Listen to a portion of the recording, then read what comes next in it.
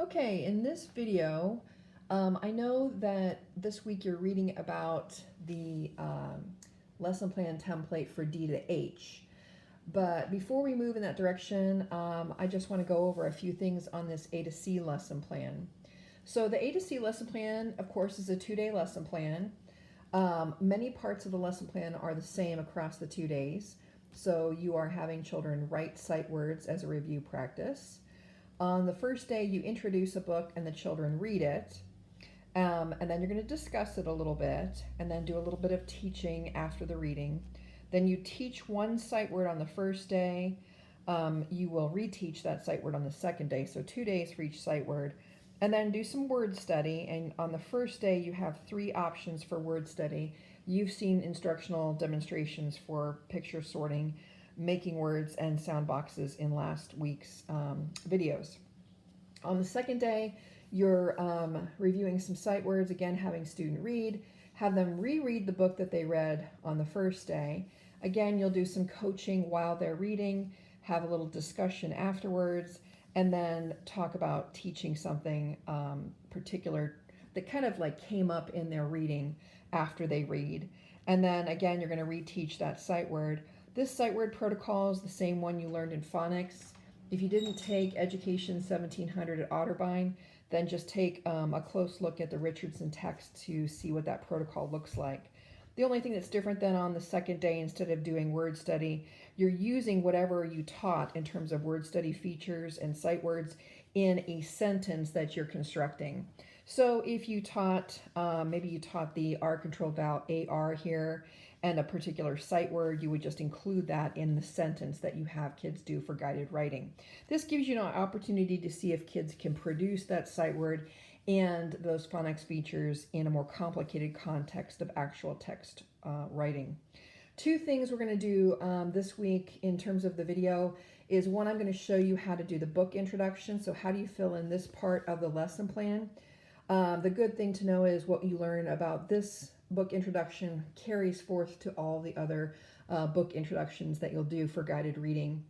And then also we'll look at how do you do the prompting after the text reading. Let's start with the book introduction. Okay, in a book introduction, you're going to include 3 things. 1, you're going to include some kind of gist statement, which just generally tells the reader what the book is about.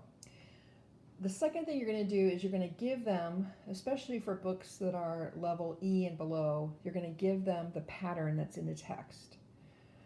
So in this particular book, We Pack a Picnic, on every page the pattern is we pack, and then there's something in the picture that we have to decode. So we pack grapes, we pack drinks. So I want to get this language we pack into my book introduction. Now this can be the hardest part for people, because if the book were we are packing, I have to make sure I'm saying it that way. We are packing. It's a difference that makes a difference. If you give kids the wrong pattern, they will read that incorrect pattern across the whole book. So we're going to establish the pattern as we pack. So we're going to give a gist statement. We're going to establish the pattern of the text. If there's any unusual vocabulary, you could talk about that as well. This book's pretty straightforward. I don't think there's any words that kids wouldn't be familiar with, so we don't have any vocabulary to talk about. The other thing you're going to do in any book introduction, especially these early levels before, I'd say, E or F, is you're going to do what we call 2 predict and locates. Predict and locate, you want to pick a part of the book that will be difficult for the child to solve. So on this page we have we pack grapes. These kind of look more like olives. It's hard to tell exactly what they are from the picture. So since the picture is less supportive, I'm going to provide a little bit more help on a predict and locate for that word. The way you do a predict and locate is you're going to say these exact words. This is a phrase you want to memorize. What would you expect to see at the beginning of the word, and then whatever your target word is here. Again, it's what would you expect to see at the beginning of the word grapes. And then the child is going to predict the first letter, and then you ask them to find that. So hopefully they would find the G, and then you'd have them read the word grapes. So the predict part of that sounds like something like, Okay, on this page, the girls say, we pack, and then I would point to that part of the picture and wait for the child to predict what that picture is. If the child predicts a word that is not what I'm looking for, grapes. So maybe the child says, oh, it's olives. You could say, it could be olives or it could be grapes. Now that phrase, it could be this or it could be the other piece, is really useful in a lot of circumstances, so you want to remember that phrase. It could be olives, it could be grapes. What would you expect to see at the beginning of the word grapes? Right there it is, G, right? So the other page I might do for this book as we go through, most of the pictures are pretty predictable.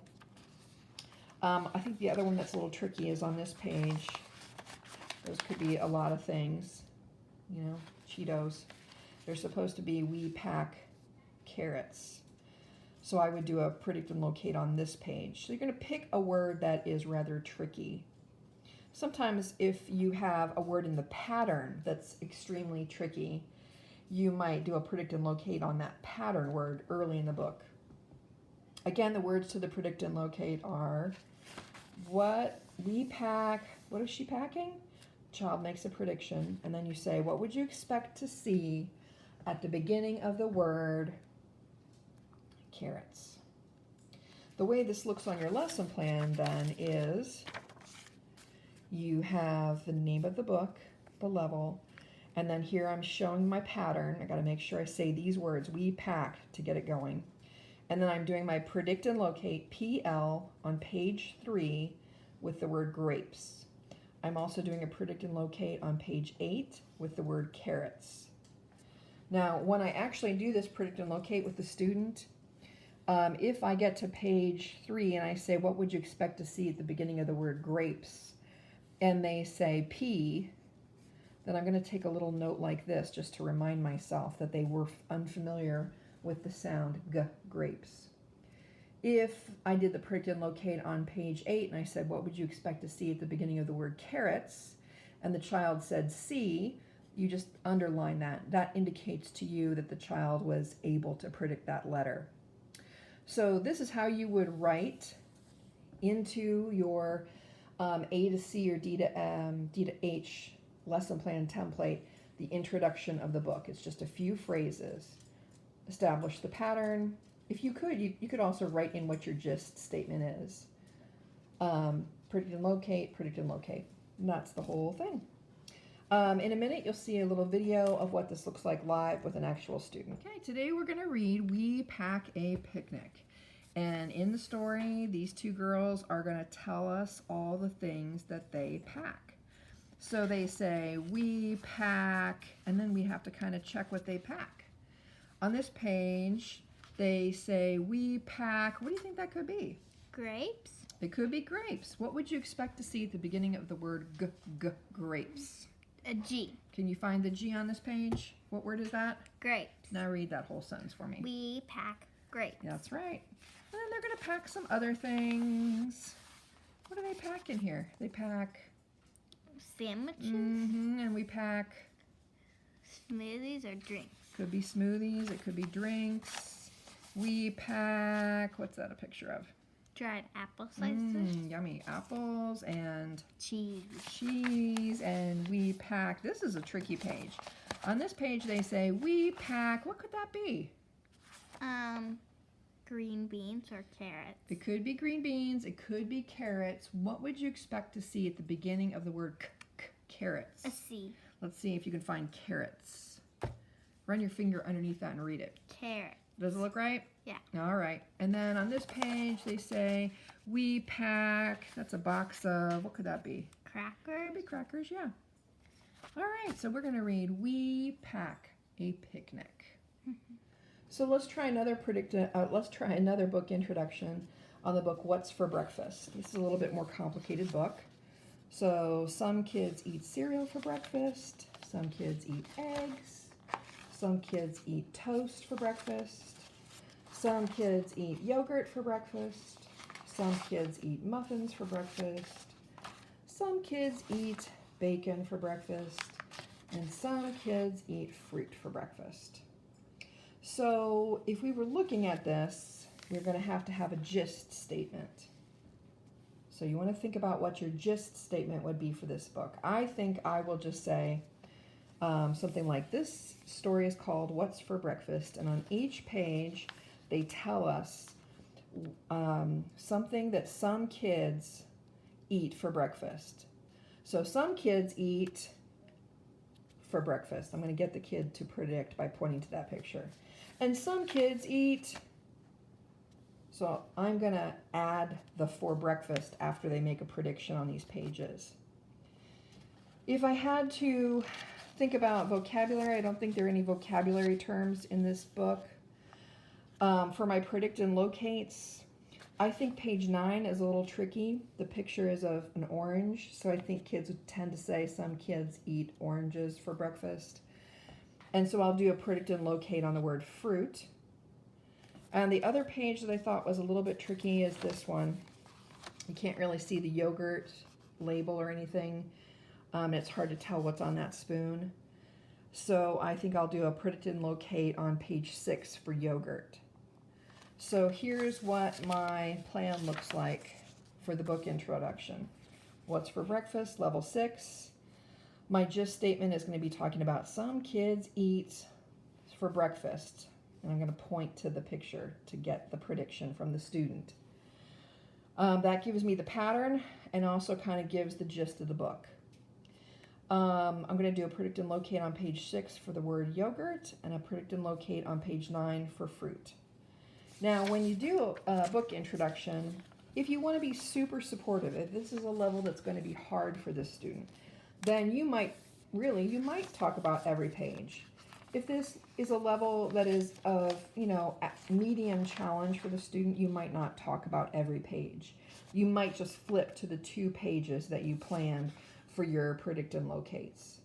So the amount of time you spend in the book introduction depends on the student's need.